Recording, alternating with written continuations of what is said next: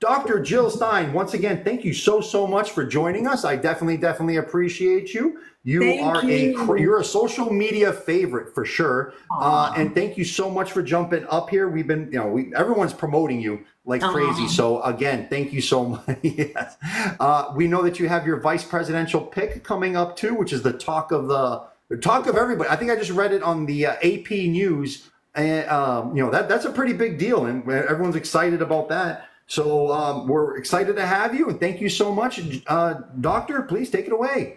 I can't wait. It's really awesome to be here. So excited to be bringing on our VP candidate and really powering up the ticket in a way that I don't want to say too much about, except that I think people are going to be really extremely excited about the way that this really powers up our message and our field effort. And it looks like I'm freezing out there. Are you still reading me? All right, now my image is working again. Okay, all right, I'm seeing thumbs up. So can't wait. And that's going to happen on Friday. On Friday night, we are having a celebration and an announcement. So go to jillstein2024.com to get the Zoom link and join us, because it's going to be a real it'll be a real power up, and a whole lot of people will be there in support, but especially to raise the curtain, the big reveal on the VP, who comes incredibly well prepared with a lifetime that has prepared this person for this role. And there could be no more powerful a voice to be joining me, with a very big perspective on the crisis that we face. Someone who is really imbued in the struggle, who has lived the struggle, and who is, I think, just at the cutting edge of the fight back in a way that's just going to be so exciting. So please come and join us for the big reveal. I think it's going to be quiet until then. We're going to certainly try to keep it quiet until then. And we're really ready to go. The Democrats, are pulling out all the stops, as always. Lots of smears out there these days. You're probably hearing them. They are really trying to change the subject. Why are they trying to change the subject? Because look at what they're doing right now, and they're pretending that Kamala Harris is going to be different from the genocide that the Biden-Harris campaign is conducting. Dropping 3, not 1, not 2, but 3 of these 1-ton bombs, 3 of them, one right after the other, on a school housing hundreds of largely women and children and elders, causing one of the gravest massacres on record. And it's something like 200 schools now, if you add them up, that have been under attack, 600 healthcare facilities and hospitals and first aid and first responders. They are pulling out all the stops to change the topic, because you've got a Democrat and a Republican, and they will conveniently, keep the debate focused outside of what we have to be talking about right now, which is the moral imperative, really, of our era, of our lives. It's not only a horrific, intensive genocide that we are seeing, on our blood-drenched screens every day, but it is a genocide that is being paid for, bought and paid for with our tax dollars, against the will of the American people. And they're trying to party down right now and focus on, what a bad guy Trump is, neglecting the fact that we have an administration now that is going full bore on the worst genocide in modern times. So they don't want you to think about that. They're just trying to change the subject. They're trying to throw us off the ballot. They challenged us in Nevada. I don't know if you heard about that, but we beat them back. We beat them back in Nevada. It was a frivolous challenge. It was an effort to just spend down our resources. We beat them back. Now, of course, they are they're going right back at it, filing an appeal, but we hope to, punch them down on the appeal. They're still holding on to our matching funds. They're saying we will get them eventually, but probably not until after the ballot drives. So whatever you can throw into the pot right now is a shot across the bow of the empire. It is a message to the warmongers that we are organized, we are strong, we are growing, and we are going to be on the ballot for every voter possible. Right now, we're hoping 90 to 95% of voters will have the option to vote for an anti-genocide, anti-war, pro-worker, climate emergency choice. It'll be the only choice on the ballot across the country. So whether we win the office or we just win the day, by showing that we are not going away, we are here for the long haul to fight the empire, fight the genocide, fight the fascism. We don't have to wait for Donald Trump. That fascism is going loud and strong right now on our campuses, in our streets, in the genocide, in the militarism, in the suppression of choice. Kamala Harris was coronated. She was not nominated. There were no votes cast for her. And now she's being protected in the same way, that Joe Biden was protected until they couldn't protect him any longer. She has not held a press conference. She has not conducted a single real interview. And there are no policies on her website. All she has done is clarified. Number one, she does not... she's not going to end fracking. She's going to keep supporting fracking. Forget it if you are a climate advocate and you thought she was going to be on your side. Forget it if you thought that she was going to have a kinder, gentler immigration policy. She's put that to rest. And forget it if you thought she was going to even talk about a weapons embargo to the apartheid murderous state of Israel. She is not even going to talk about it. So that much of her policies she's clarified, but that's it. So don't drink the Kool-Aid. They just appropriated another $20 billion of weapons that will be delivered over the course of years. So, we need a complete changing of the guard here. Do not be talked into surrendering. Do not be talked into laying down your resistance or laying down your vote. Our vote is our power, and we must stand up and fight. There is no lesser evil going on here. There are two greater evils, and we need to stand up and fight for the greater good. So thank you for listening to my rant. I find what's going on right now is so absolutely infuriating and horrifying. There's no place I would rather be right now than right here in Chicago, getting ready for the DNC and the protests that are going to be taking place, and announcing our VP, who's going to just really power up our fight in a way that I think people are going to find so empowering and exciting. So back to you. Thank you so much again, Erik. No, thank you. Thank you so much. Yes, anybody, if you wish to donate to Jill, there's somebody matching donations tonight too. I myself am donating $400 right after the show. If you wish to donate to her, I made it easy for you. Shelly has, if you click on Shelly's profile, there's a link on her profile, so you just click right on over to her website and donate to their website right there. Upper right-hand corner of the screen is a gold button to donate.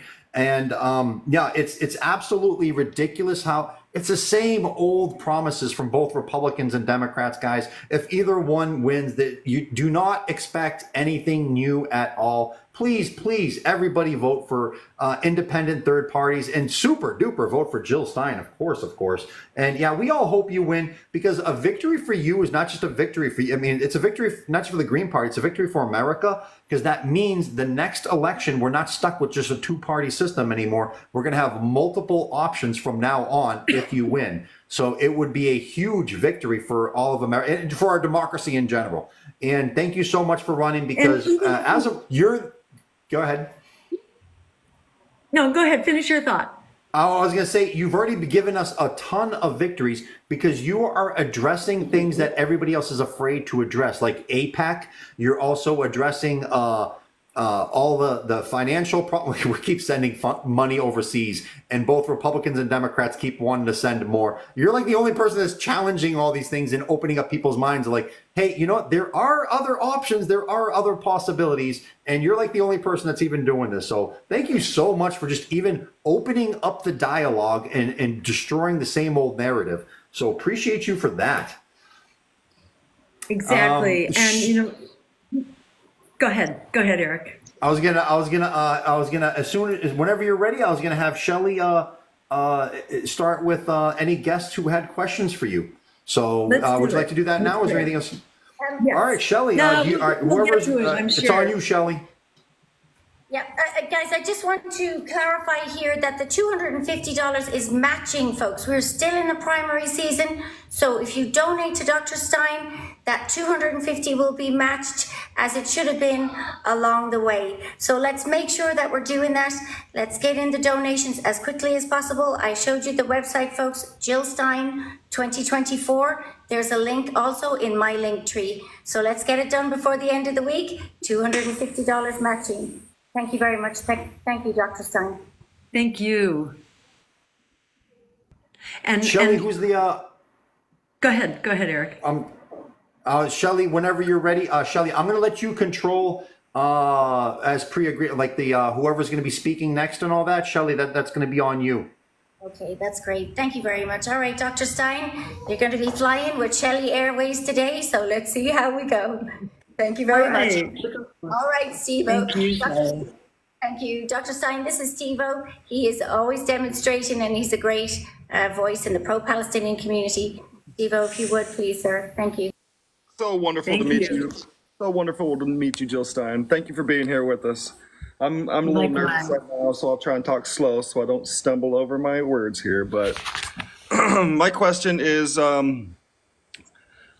do you feel about our First Amendment rights being eroded? They're passing bills to keep us from speaking out against Israel.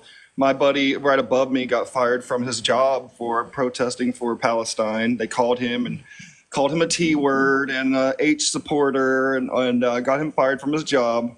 And like I was literally attacked on a bridge yesterday protesting solo. And I'm just, how do you feel about moving forward? How are you going to combat that? And is there going to be any protection for people that have been harmed along the way that are on the front line? Absolutely. You know, we need to stand up and honor those who are standing up for us, those who are asserting our First Amendment rights. The First Amendment is first for a very good reason. We need the right to speak freely. We need the right to criticize our government. We need the right to critique power. Otherwise, you can't hold power accountable. We need a free press. You know, Julian Assange didn't spend whatever it was, 12 years basically locked up for no reason. You know, he was locked up because he told the truth. He held power to account. He exposed corruption, torture, and war crimes on the part of the U.S. and other countries around the world. And, you know, this is why this very fascist government that we have now is clamping down on free speech, on our right to protest, trying to silence criticism of genocide as being anti-Semitic. You know, like it's anti-Semitic to criticize genocide. That's like the most anti-Semitic thing that you could say, is that Jews are supporting genocide, you know, and that it's anti-Jewish to shut down genocide. I mean, that's just like outrageous. And this bill, which is before the Senate right now, passed, I believe, by the House already, this anti-Semitism something or other bill that would define criticism of Israel as anti-Semitism and then punish schools, punish colleges and universities that tolerate, you know, Jewish Voice for Peace, that tolerate criticism of genocide, that tolerate Students for Justice in Palestine. They would lose federal funding. I mean, it's absolutely outrageous what a kind of McCarthyism is going on right now, this effort to shut down free speech, effort to shut down criticism of war, effort to shut down criticism of genocide. It's horrific. So, you know, as president, I will stand strong for our First Amendment rights and will push back on legislation that compromises it, you know, starting with the Patriot Act, you know, which is basically, you know, legitimizes spying on Americans and mass surveillance without warrant and without justification. So all of that has to be pushed back against, which can be done from the president's office. Another thing the president can do, which is part of our day one agenda, is to open up an antitrust lawsuit against the mainstream media so that we can break up this corporate consolidated media and begin to have diverse opinions and real coverage. Because right now you have media that's consolidated into about 6 hands, and they are, you know, basically silencing silencing dissent and serving a corporate agenda.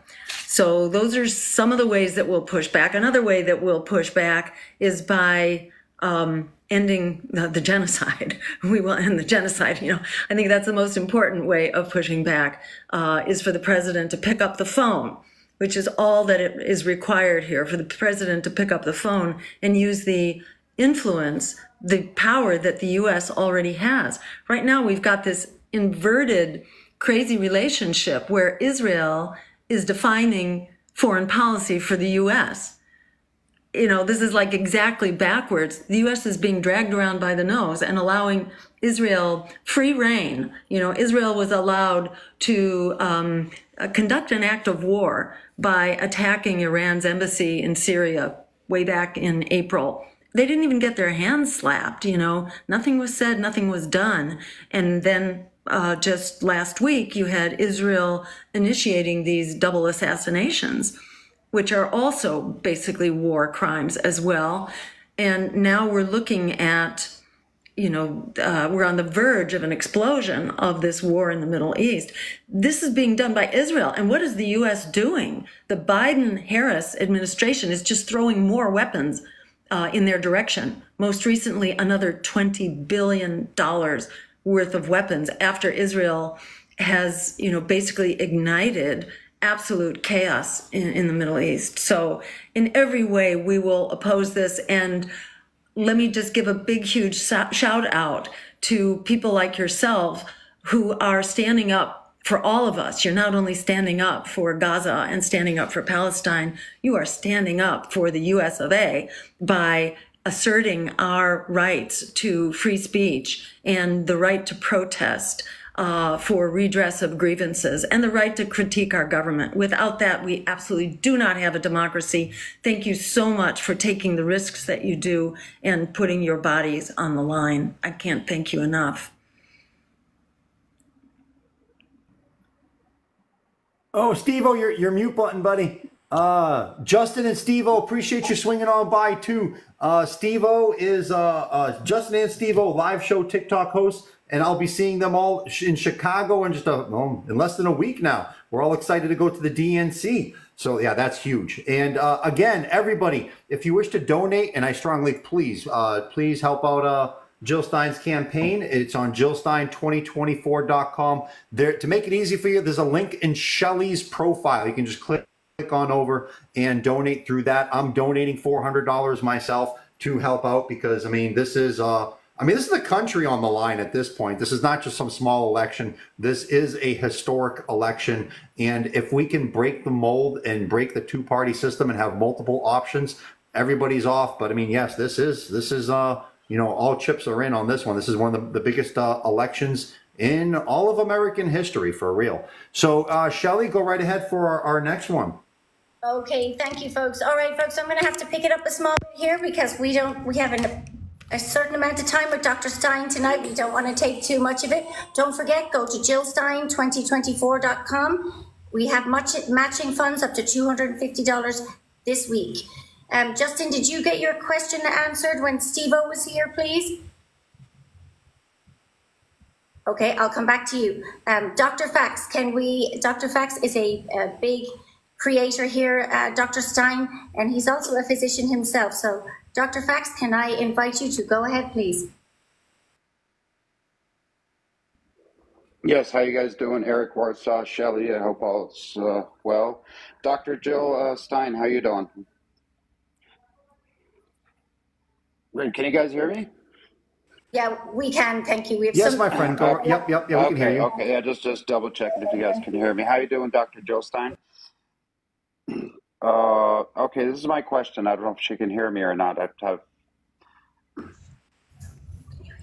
Dr. Stein, you can hear us all right?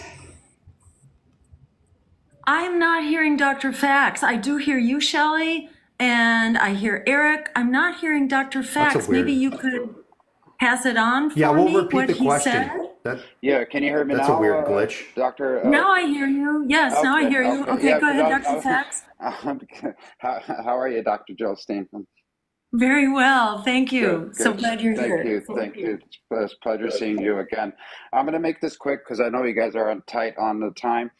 Well, this is my question. I read that you're announcing your pick for vice president in the following week. It's been rumored that you've been asking Palestinian Americans as your running mates for office. Is this true? If so, what is the importance of having a Palestinian American as a member of your cabinet, and how will this influence your policies if elected as president? And would you be willing on deploying U.S. troops to protect Palestinians on the ground? Either way. Okay, really great questions. Thank you for that, Dr. Fax. So let me say, yes, we have been in very close alliance with Palestinians, with Arab Americans, with Muslim Americans, with African Americans. That has really been at the core of our campaign from the start. It's really been our mission to eradicate genocide, and to stop genocide, and to give the American people a vehicle for expressing their opposition to genocide. So genocide is just front and center in this campaign, and it was very much in our target here to lift up the voices of Palestinians at every opportunity. And I don't want to give anything away yet, but I will say that the voices of Palestinian Americans, Arab Americans, and Muslim Americans have been and will continue to be front and center. We're hoping to announce at our celebration on Friday, and if not then soon after, a cabinet as well. So we'll be announcing, we hope, several people who will be playing a really critical role as we move forward. And the reason, for that is basically, as I've explained, that genocide is really the moral imperative of our era. As Gaza goes, we all go. It's not just Gaza that's in the target here. Gaza is really a symbol of empire and its abuses and the destruction of human rights, international law, and the normalization of torture and murder of children on an industrial scale. So this is front and center for our campaign. I think it's front and center for America. It's also impoverishing America, this endless war machine. So those are all the reasons why this is front and center. And would we support troops as part of a multinational coalition? Potentially. Every time America sends in troops, it's very dangerous. And there are all sorts of consequences that are not intended. I don't think we need to send in troops because we have the power here. Israel is basically on the U.S. Payroll, and all we have to do is cut the supply of weapons, and it's over. We don't have to send in troops. It's also true that Israel has nuclear weapons, so this becomes very difficult once you're sending in troops to Israel. On the other hand, you can cut off financial aid and military aid. It's easy. U.S. presidents have done this before. So there's precedent for it. It's actually against the law to be delivering that aid right now. It is against several U.S. laws to deliver military aid to those who are violating human rights violating nuclear weapons treaties, and violating the delivery of humanitarian aid. So I don't think we need to send in troops. I think it's something we could consider if needed, because we can't just stand by and let this genocide continue. But we have all the power here. This is the outrageous thing. Do not buy, what they're trying to sell you, which is this pretense that Israel is doing this. This is not just Israel. This is the U.S. that is enabling this, creating this. As Ronald Reagan's secretary said, Israel is the unsinkable battleship for the U.S. in the Middle East, basically controlling access to Middle Eastern oil. So we're in charge here, and we don't need a world war. We don't even need a local war to assert our power for international law and human rights to win the day. And the International Court of Justice just issued its second opinion. This was just a couple weeks ago, where they said clearly what needs to happen. It's not only to stop the genocidal war, it is to pull back the occupation and to assure the right of return and to rebuild and to remove the settlements, remove the illegal settlements. So all of this has been laid out according to international law, and basically what we need to do is to get out of the way on international law and help support a global coalition. We need a national, in fact, an international boycott, divestment, and sanctions program immediately. So on day one, our administration picks up the phone and says the genocide is over, the occupation is over, the ethnic cleansing is over, and get with the program, Israel. And you have like 12 hours to begin complying. And in the absence of that, an international boycott, divestment, and sanctions program goes into effect. And Israel is already teetering at the brink of economic collapse. People are leaving by the droves. So Israel is, it is not a powerhouse of resistance by any means. Israel is not long to survive here, even without bringing on an international boycott, divestment, and sanctions. That is already happening spontaneously, and countries are not continuing to trade. Israel had to close one of its major ports. Its tax revenues are way down, its expenses are way up, and its tourist industry has completely shut down. It is a mess. There is no future for Israel on the path that it's on right now. It is destroying health along with the rest of the Middle East. So we need some adults in the room here, and we need the U.S. to end its support for this absolute madness and brutality that goes hand in hand with the genocide. Thank you for your question. I hope that kind of gives you a sense of, how we would approach this and really take charge. Thank you, Dr. Joe Stein, for your answer, and you have my vote. Thank you so much. Thank you, Dr. That's Fox. a very Thanks good so point much. Thank you. Thank you. We Dr. definitely need adults in the Shelley. room. We Thank definitely you, need Erik. adults in the room. Yeah, Thank you, my friend. Thank you for swinging by. Dr. Fax is Palestinian himself too, so we so appreciate you. Thank you. It's very important to hear from our Palestinian. Thank you, Shelley. Appreciate you. Absolutely. Thank you so much, Dr. Fox. Dr. Fax, thank you. Justin, Dr. my friend, are you ready to go? Thank you. Sorry, we're going to keep the trains running on time here, folks. Thanks so much. I'll be quick. I just wanted to say I'm in West Virginia. You can hear a train coming right now. That is Kentucky over there. They are utilizing the mountaintop removal that has happened over the past, 100 years or so for solar panels and stuff. When you mention green energy to West Virginia, it scares them because we've relied on coal for so long.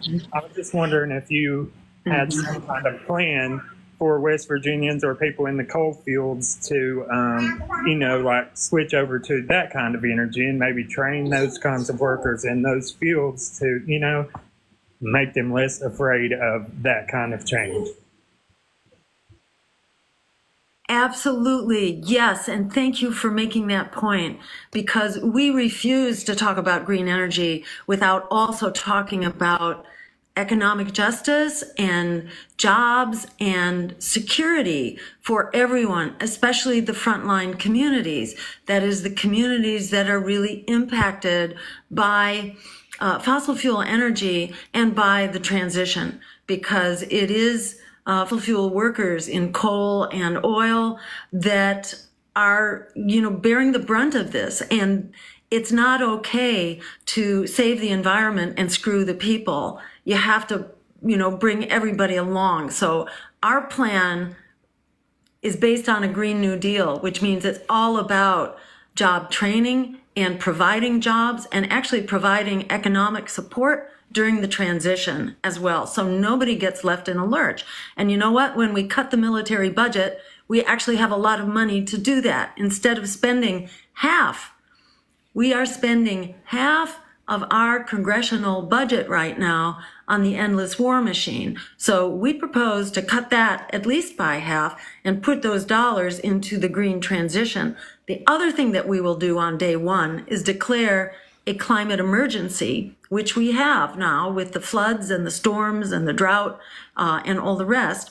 We have, and the fires out in the West as well. So we have an emergency. By simply declaring an emergency, we unleash over $500 billion a year to put into jobs, to put into job training, to make the transition in our energy. Mountaintop removal is not good for the communities. It is not good for Kentucky to be destroying those mountains. It destroys the rivers and the streams and the water supply, not to mention, the beauty and the whole ecosystem and wildlife. And then burning the coal is also really harmful to people. And then the impact of climate now with the heat waves that are part of climate change.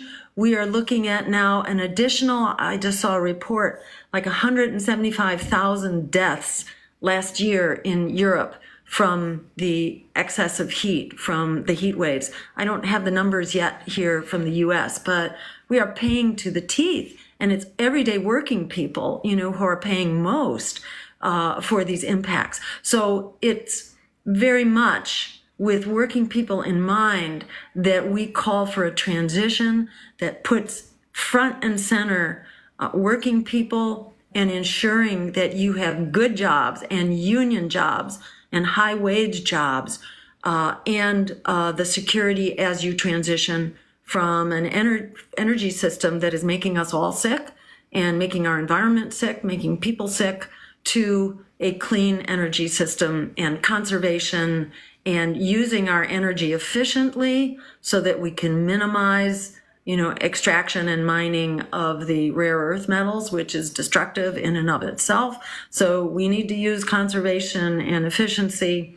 We need a mass transit system because that's a way to use our energy most efficiently if we have a good, high quality mass transit. So all of this can be done in a way that is really going to protect working people. Thank you so much for that question. Does that generally give you a sense of what we intend to do here?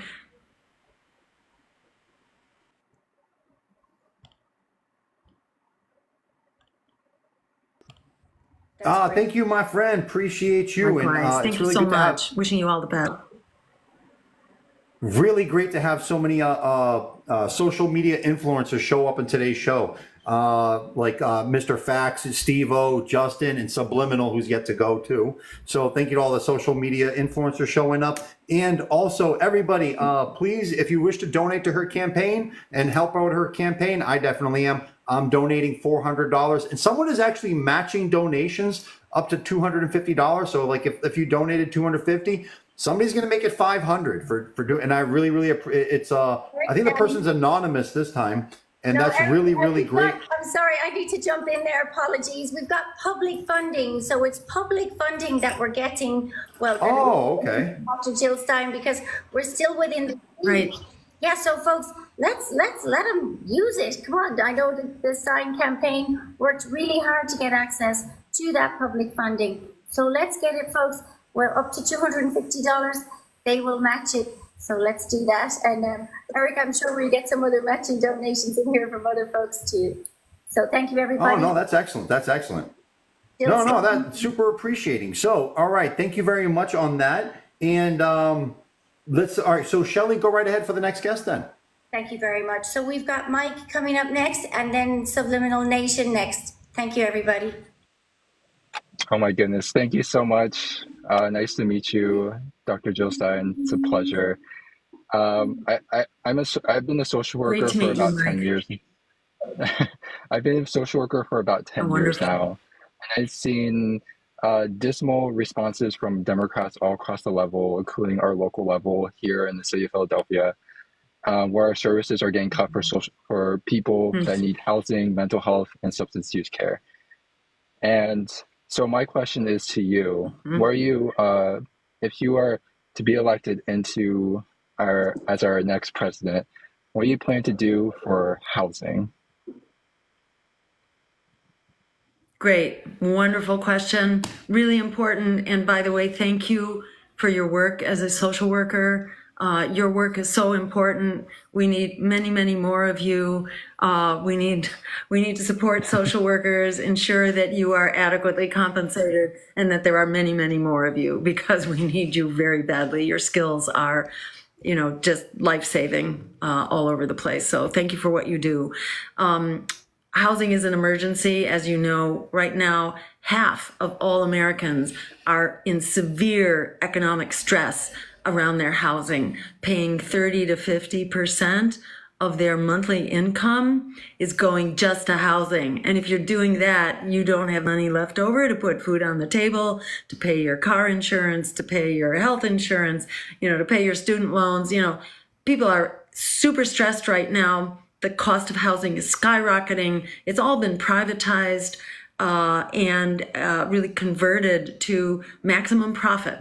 It's driven by profit, like all U.S. policies right now, because we have the best political system that money can buy, which gives, powerful special interests basically control over whatever they want. The lobbyists and the big donors are controlling our legislative agenda, from AIPAC to the war profiteers to the health insurance companies to big pharma to big real estate.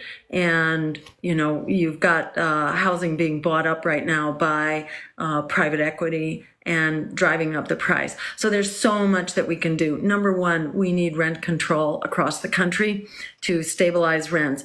And we need a tenant bill of rights, so you cannot be thrown out by your landlord just because they want to remodel and drive up the rent.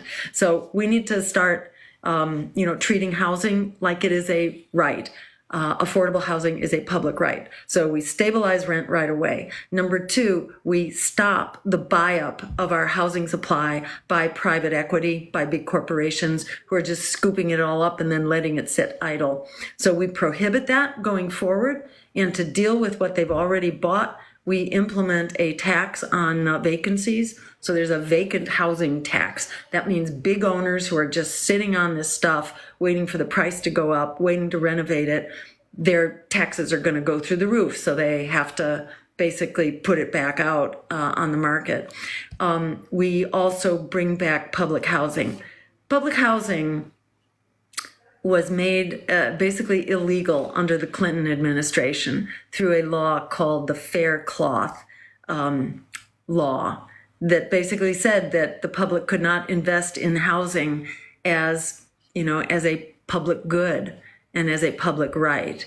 And so the public housing that we do have, it deteriorated. Investing in it to keep it up was also basically prohibited.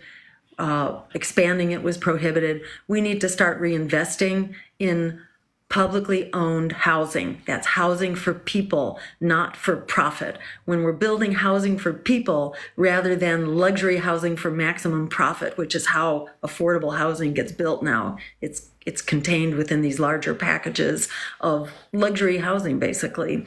And that's being built at taxpayer expense, but we're not getting, housing for the public good. So That's what we need. And when you do that, it's actually affordable. It is an investment of our tax dollars, which has a very secure, guaranteed return. We can do this. There's absolutely no reason that we are not investing in public housing. It's being done in Europe. They call it social housing. This is high quality public housing. It's mixed income, it has open space, it has green space, and it's built along with public transportation so that you don't get all this resistance to housing because it brings transportation, chaos and carbon emissions and air pollution and all that. If you have high quality transportation that's coming along with your housing, then it's very low impact. It's low impact on the planet. And we have a housing emergency. We need to be building some 15 million units of housing at least over the next decade. So that in a nutshell are some of the basics of what we will do, what we can do, what we can afford to do, and what everyday people need immediately. People need immediate relief right now. Does that basically, give you a picture of where we're going with this, Mike? Yes, I absolutely loved it. I loved how you brought up the private equities buying up a lot of property and then price gouging the hell out of it, because that's what's going on all across the U.S. And people don't know that, and people need to recognize that, and people need to be angry about that. And the Democrats are not going to do anything about that, nor the Republicans, of course. So I appreciate you. You got my vote here in Pennsylvania, and I'll be donating to you as well shortly after this live. Much love, and I really appreciate it. Best of luck with you. Thank you. Mike, thank you for the awesome question. Thank you so much, Mike. Jill Stein, the public housing, yeah, that hasn't been brought up for a long time. That's actually 100%. Everybody, please hit the follow button. I'm sure you probably already are, but hit the follow button on Jill Stein if you haven't. And if you wish to donate, like Mike, the link, you can go on jillstein2024.com, or just to make it very, very easy for you, go into the link tree in Shelly's profile, and it'll bring you right to her website. You can donate. Upper right-hand corner of the screen is a gold button, says donate. I'm donating. Mike's donating. I'll be donating $400 after the show. And appreciate you super duper, Jill Stein, for all that you do. And you're bringing up you'll never, what she says, you'll never hear out of a Democrat or Republican. So that is awesome to actually hear different solutions. Shelly, go right ahead, Shelly. Thank you, Shelly. Thank you very much. And by the way, Dr. Stein, I love that idea about the public housing. We had that in Ireland growing up. You couldn't tell the public housing from mother housing. So I think that's fantastic. That's music to my ears, Dr. Stein. Thank you very much. All right, thank you. So we are now going to go to sublimination. So your patience. Hello. Hi, Jill. It's wonderful to see you as always. I do have a bit of a controversial question for you. In the last 24 hours, some old misinformation began kind of going viral, and I was hoping to address it to kind of get ahead of it. This was about a statement that was made on your 2016 campaign site regarding Syria and Assad. I had read the post myself, and I interpreted it the way I would expect to hear something from you, and that you were against the U.S. military troops being on the ground and against the U.S. arming all sides of the conflict. Now, some others are confused by something that was in the statement that said the U.S. should be working with Iran and Russia to reestablish the Syrian government. Can you clarify if this statement was in fact made by you, and if so, what your actual intentions were in the statement? Yeah, and thank you for bringing this up. And let me just say, this is such a classic smear campaign. This is an effort to draw attention to a non-existent policy in 2016, instead of looking at the outrages that are going on right now. This is an effort to try to discredit us as critics of genocide, as critics of apartheid and occupation. They're trying to take us back to 2016. And in 2016, there was a press release that went out by mistake that did not have approval, and that was removed within 24 hours. And that's where they're trying to trip us up. You know, this is not something I have ever said. This is nothing that we have ever put resources or focus on. This is an effort to just to try to create a controversy around a non-existent issue. I regard Syria, as a very complicated problem. If you listen to Jeffrey Sachs about Syria, he's all about, what is it called? Operation Sycamore or something, and the role that the U.S. played in instigating conflict in Syria. When you get to the bottom of most of these conflicts, you can usually find the U.S. has played a role. We have committed regime change in some 80 countries since the Second World War. We funded radical Islam in order to undermine national liberation movements and anti-colonial movements. We created, at the behest of the CIA, we created a lot of the problems that we then went on to complain about as terrorist organizations. We were usually involved in their origins, along with Saudi Arabia as well. So these are very tangled messes. And I have resisted trying to put out a soundbite about Syria. The main thing I have said about Syria is that that Russia should not follow in the footsteps of the U.S. by bombing Syria. That's like the extent of what my public statements have been, that bombing countries does not stabilize them. I think we have we have a big mess here to untangle in Syria, like so many other areas around the world.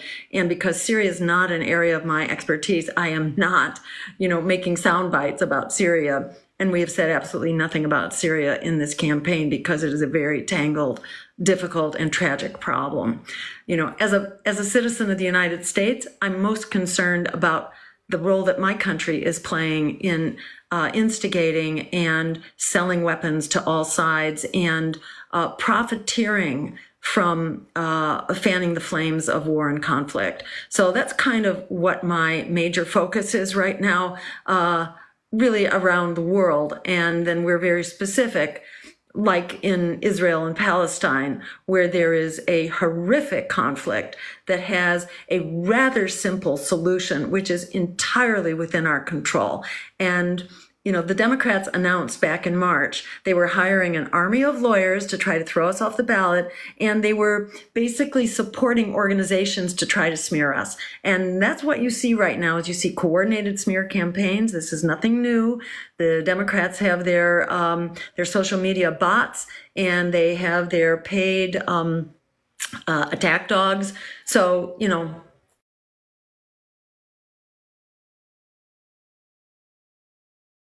that's need not to understand what are these smears that are so-called going viral right now. There is a method to this madness. This is part of their attack to try to discredit their competitors, because they know that as soon as we actually have a chance to talk about what they are doing, the genocide they are committing right now, the wars that they are fomenting around the world, the nuclear war that we are on the brink of, both in the Middle East and especially around Ukraine. They are doing everything they can to try to discredit their critics. They don't want to talk about the crisis that is exploding under our noses right now. They want to talk about some mistaken press release that was withdrawn 8 years ago. That speaks volumes about what's actually going on here now. Does that kind of explain it to you? Yes, thank you so much, Jill. I knew there was a reasonable explanation for it, and it needed to be addressed right away before it went crazy.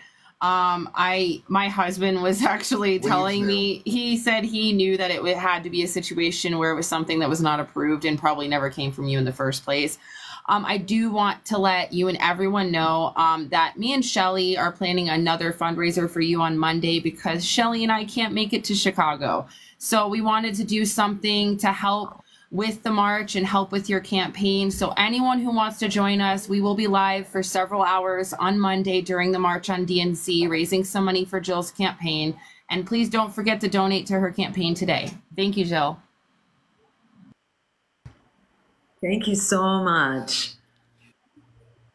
Thank you, Subliminal, for swinging on by, and thank you for all that you do in your content creation and live shows. Thank you super much, Subliminal. Everybody hit the follow button on Subliminal.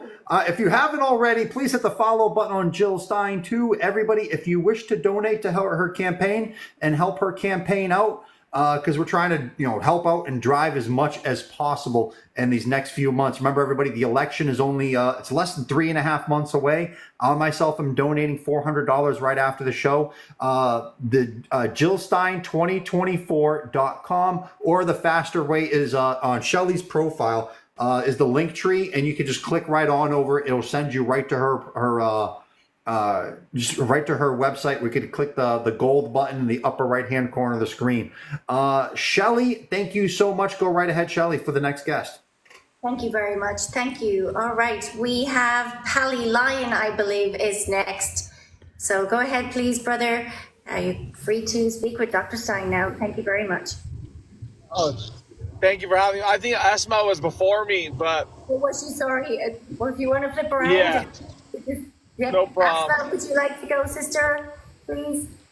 I don't know if Shelly's speaking. I'm not hearing anything. Can you hear me, Dr. Stein? I can Dr. Stein, that's weird. Yeah, all right. So, Asma, Dr. Stein, can you hear me?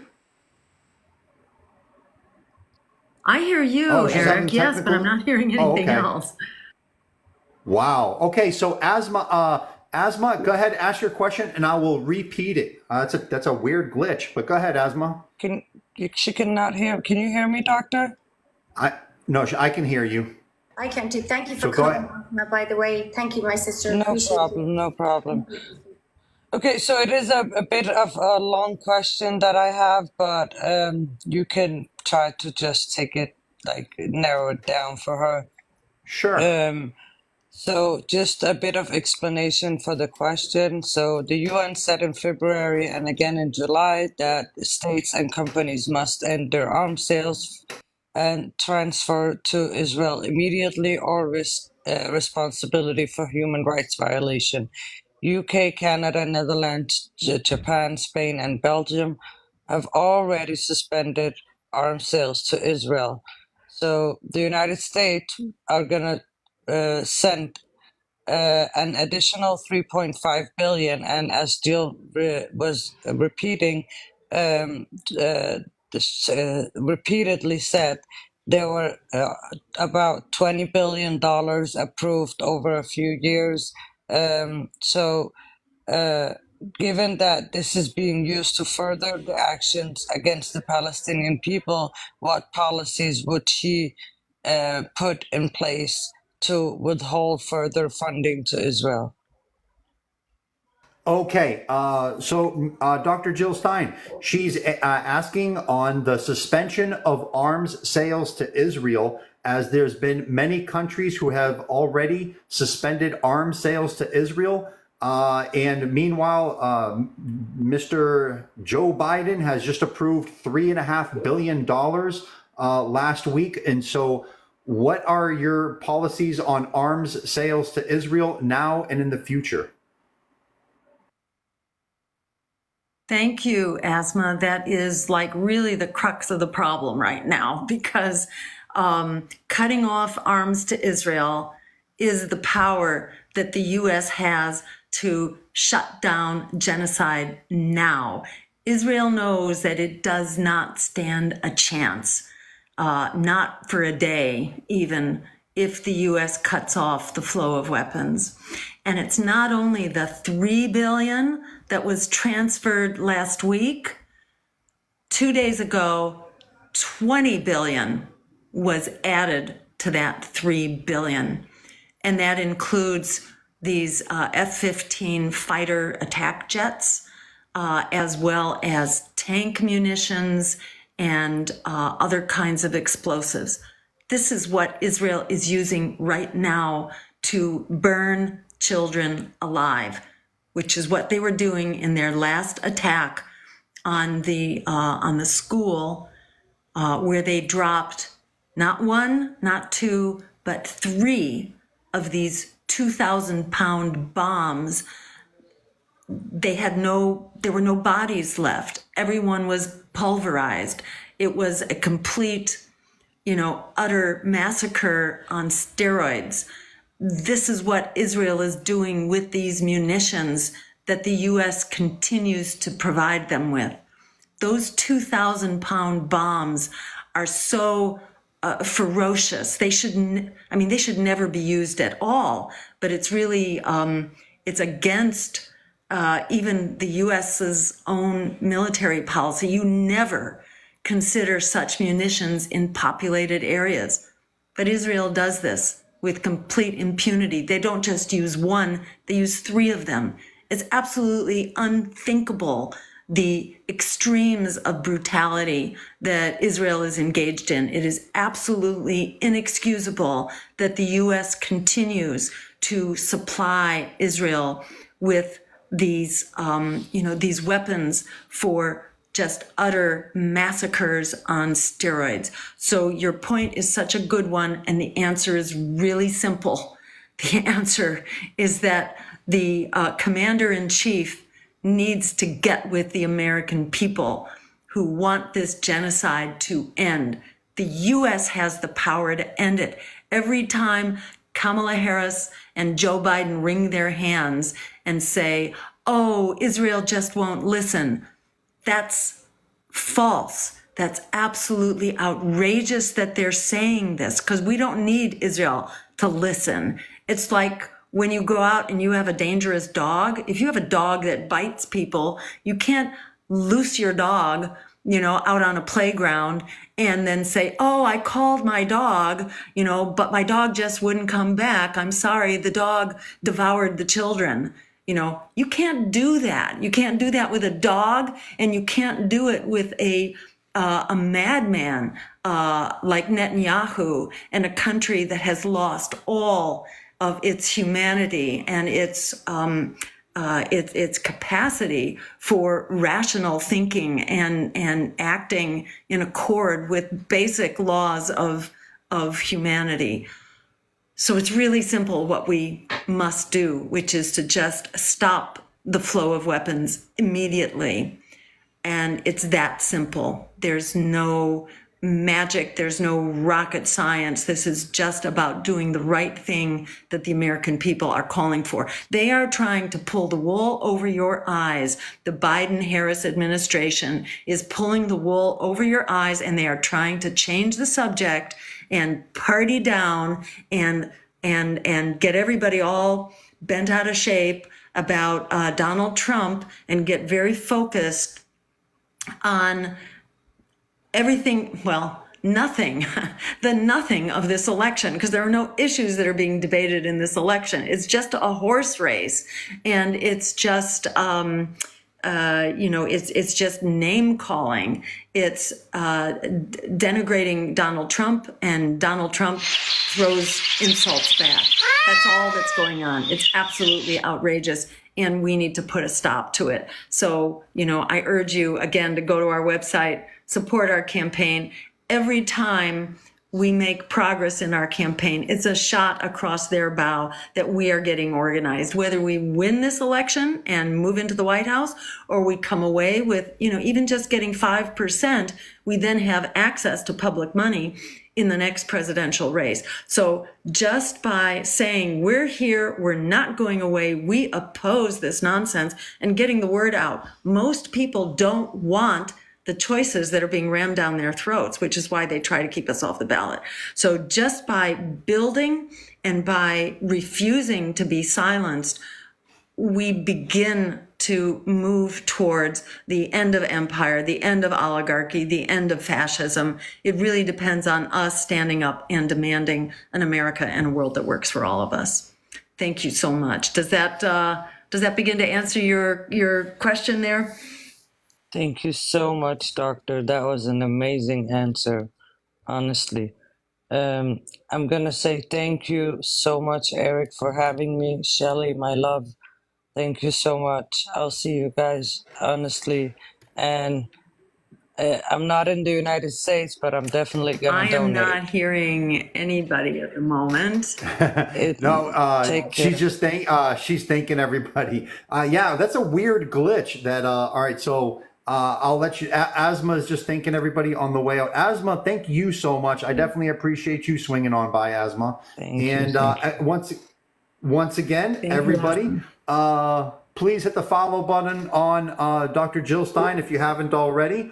And also, if you wish to donate, JillStein2024.com, or to make it very easy for you, it's in Shelly's link tree on her profile. You can just click on over to her profile, hit the link tree, and move right on over to Jill Stein's website without having to type anything in. Donate, upper gold button, upper right hand corner of the screen. I will be donating $400 right after the show too for this big push. And Dr. Jill Stein, thank you so much. Shelly, go right ahead for the next guest.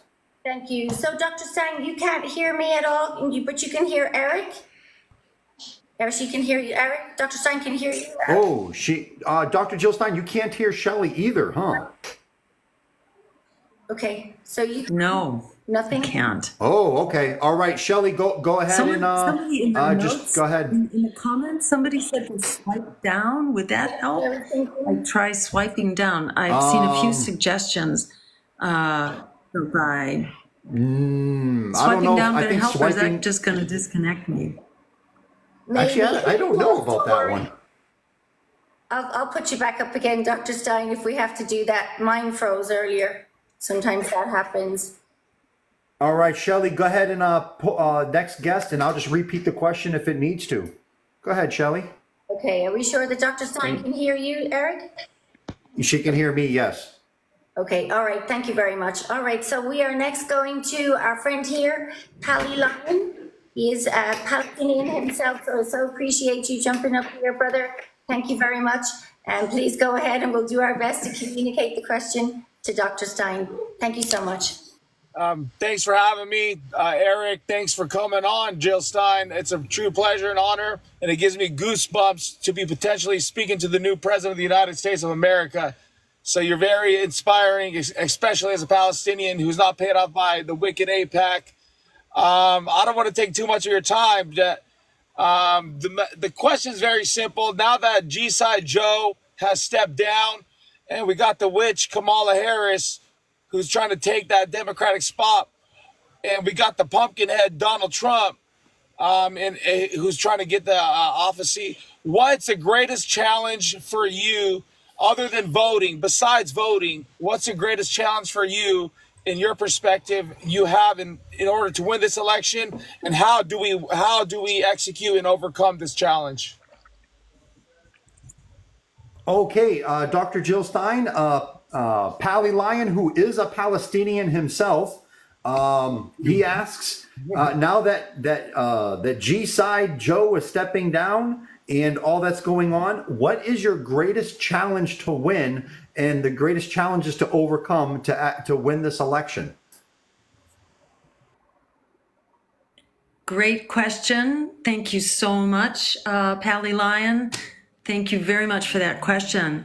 I think the biggest challenge actually is this, what to call it, Kamala mania, this Kool-Aid that is being poured into everybody's mouths right now. The propaganda that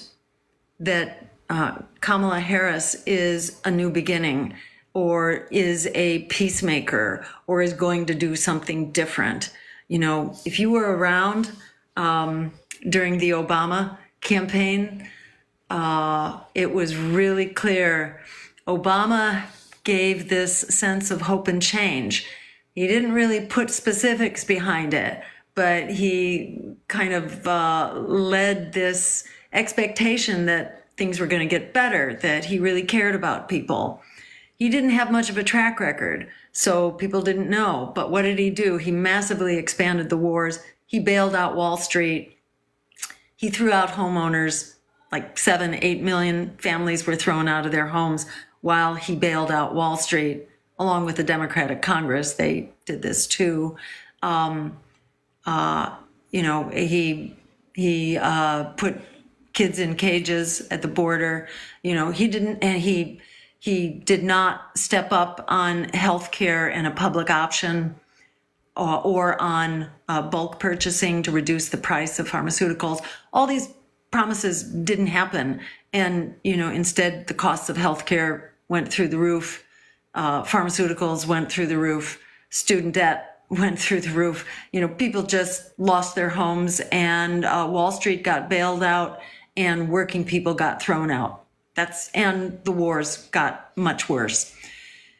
With Kamala, she actually has a track record. So there's no reason to think that Kamala is going to be a friend to the Palestinians, or that Kamala is going to entertain a weapons boycott and reign in Israel. She declares, our defense of Israel will be ironclad no matter what. They give Israel free rein to conduct bloody murder to its heart's content. We are looking at 3 potential nuclear wars going forward under Harris. So, to my mind, the biggest obstacle is getting the truth out there. If we can get the truth out there, I think we can prevail, because people have rejected this corporate political system that has thrown working people under the bus. Whether it was Democrats or Republicans in control, working people have had our future just destroyed. Whether you're looking at 60% of Americans are living paycheck to paycheck, homelessness has skyrocketed. People are very stressed trying to keep a roof over their heads. 100 million people are locked in student debt and medical debt. Poverty rates among children have doubled in the last couple of years. We're really at our wits' end. And meanwhile, half of our congressional dollars are being spent on Congress. By Congress on the war machine. AIPAC and the war profiteers are writing our foreign policy, which is based on militarism rather than on human rights and diplomacy and international law. So it's just not working at all. And we have solutions that will work, which we have discussed at great length here. We can demand an America and a world that works for all of us, cutting the military budget and putting our dollars into our right to healthcare and housing and an environment that we can survive in. We can do this. We can do this now. We can start this on day one. We can stop the genocide. They don't want the truth to be known. They want to just allow Kamala to continue without ever putting a policy on her website, without ever having an interview, without ever doing a press conference. This is like the wagons that were circled around Joe Biden. They're trying to keep the American people in the dark and goad you into continuing disaster. Things are not getting better, not even slowly. Things are getting worse rather rapidly. And we can't keep doing this. We already got one foot over the cliff. So I really want to urge people to stand up, join our campaign, go to jillstein2024.com. 1 out of every 3 eligible voters did not vote in 2020 because they didn't have anything to vote for, because they were denied knowledge of other independent third-party green socialist campaigns. So we need to be out there really rallying the troops and empowering people with the power of our vote to change our future and demand a future that's going to work for all of us. It's not rocket science. It's just a matter of having the courage of our convictions. We can do this. And thank you so much, Pally Lyon, for all you do. Thank you for being here. And I hope that answers your question in general, at least. Absolutely.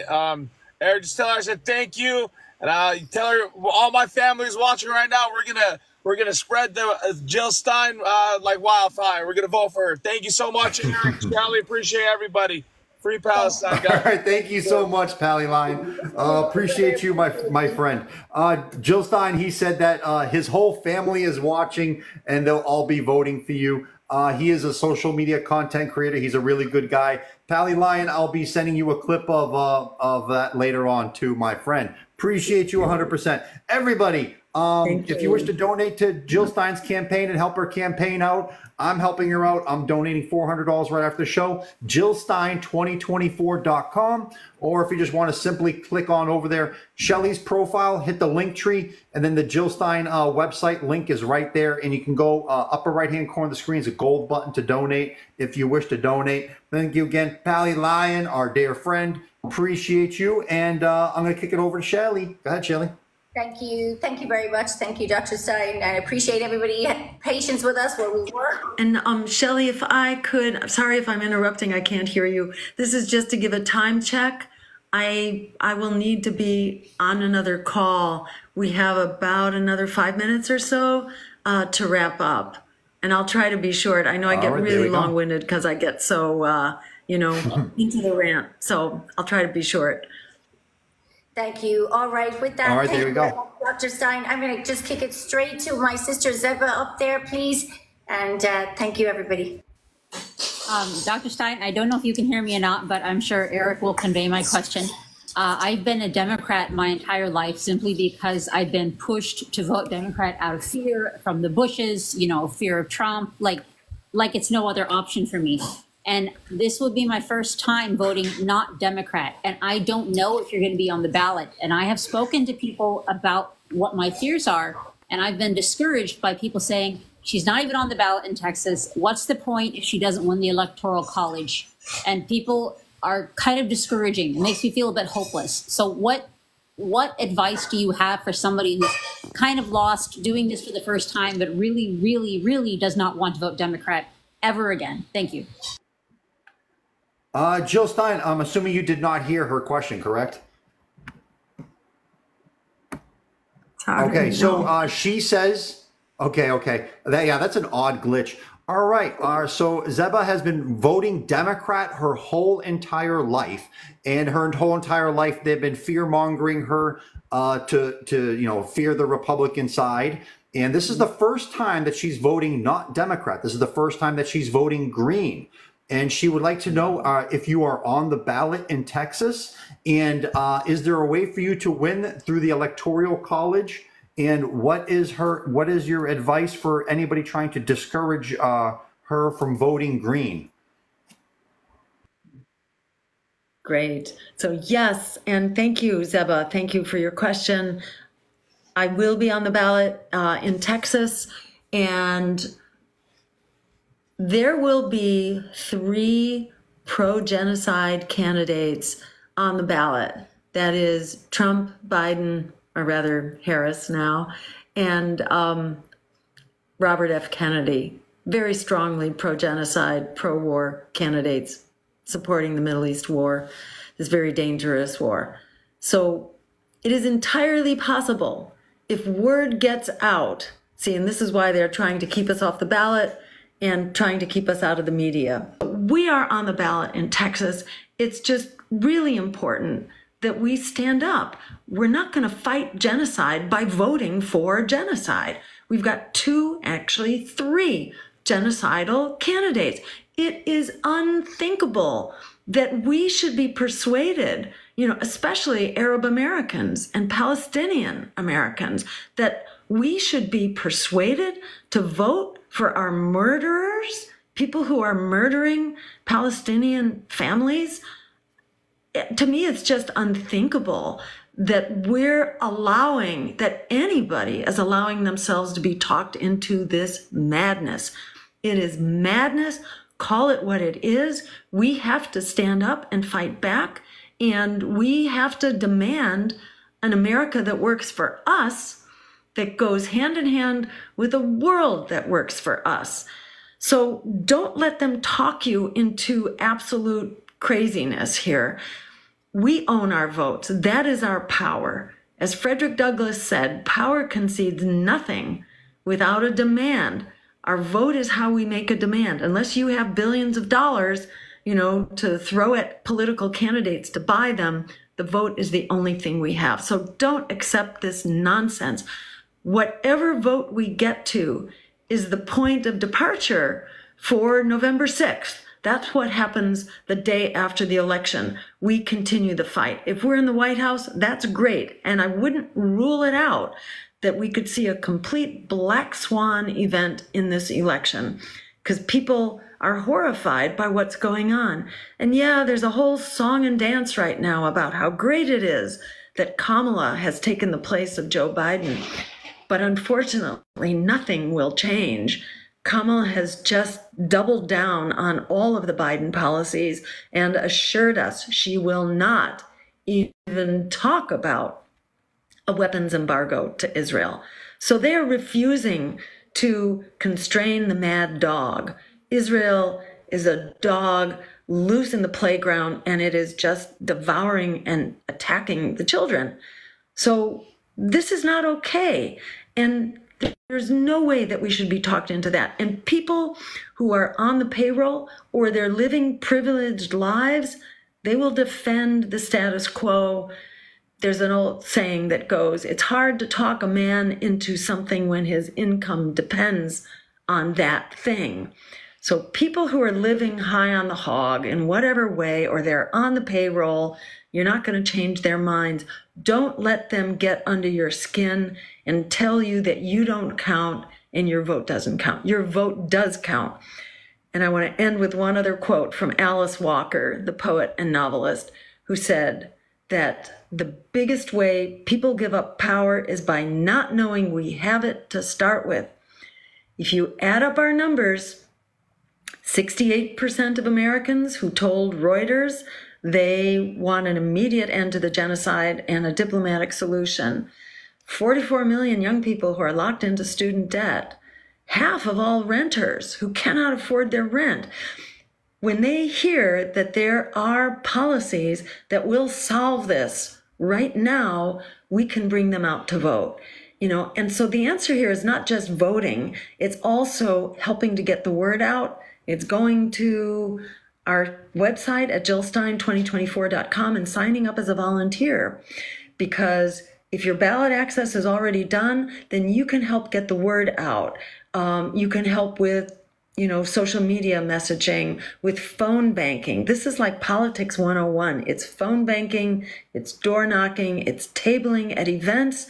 That doesn't mean you have to go into strange and insecure territory. Just by letting your neighbors know, by letting your mosque know, by letting people know, students, for example, who very much support the end of genocide, they don't vote in large numbers because they don't know that there is an alternative that would actually end student debt and make higher education free.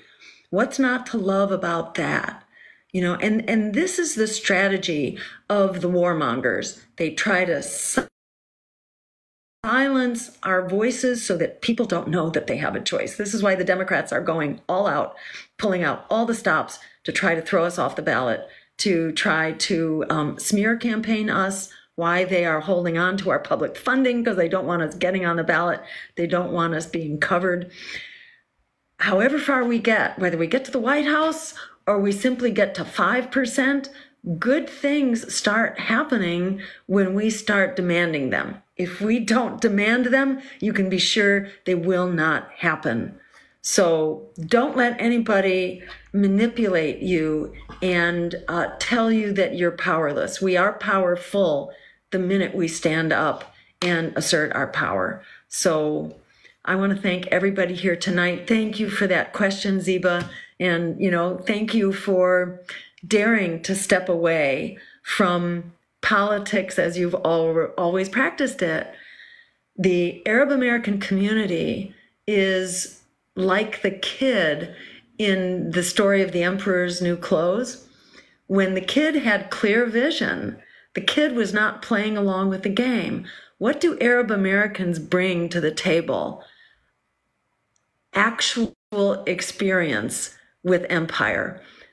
Arab Americans have generally been subjected to empire and the chaos and the wars and the mess and the mass migrations that have been caused by empire.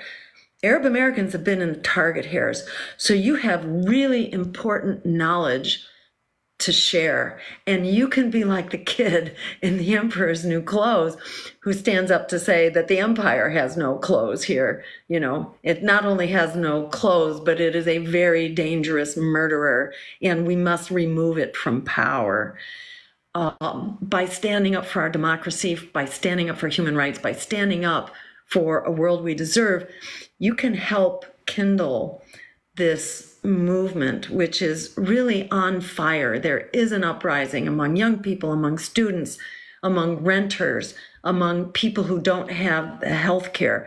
We have many movements right now that need to come together, because divided we're conquered. But if we come together, we're absolutely unstoppable.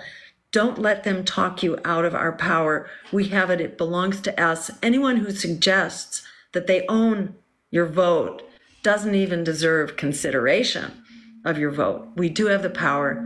Let's stand up. Thank you so much, Ziba. Thank you, Erik. Thank you, Shelley. Thank you, everyone, for being here tonight. Thank you for getting the word out. Thank you for whatever support you can throw our way at jillstein2024.com. Even, even a $5 or $10 or $15 donation multiplied over the hundreds of people on this call begins to really make a real difference. And if you sign on to volunteer or just sign up at our website, we will keep you posted and keep you informed and help empower all of us to be the unstoppable force that we actually are together for an America and a world that works for all of us. Thank you all so very much. Thank you. I appreciate you all so much. Thank you so much. Thank you, Erik. I have a list of questions. What's that, Shelley? Dr. Stein, I'm going to put those questions to the campaign. I just don't want anyone to think that we didn't represent them. So we've got questions from the Native American community. We've got questions about Veterans Affairs, Social Security, about policing, about public funding, about making sure that we're protecting our children when they're entering care and things of that nature, and that we are prosecuting those kind of crimes to the full extent of the law, Dr. Stein. So I will work with the campaign, if that's okay with you, and get your positions on those things and put them there for our folks to have, because we know you have to go. And we so appreciate your time, Dr. Stein. Thank you very much. Likewise. Dr. Jill Thank you all so much. Thank you so much. Thank you. Thank you. Peace out. God bless you too, Jill Stein. Out. Hold the court. Appreciate her very, very much. And so glad that she swung by. And huge thank you to Jill Stein on that one.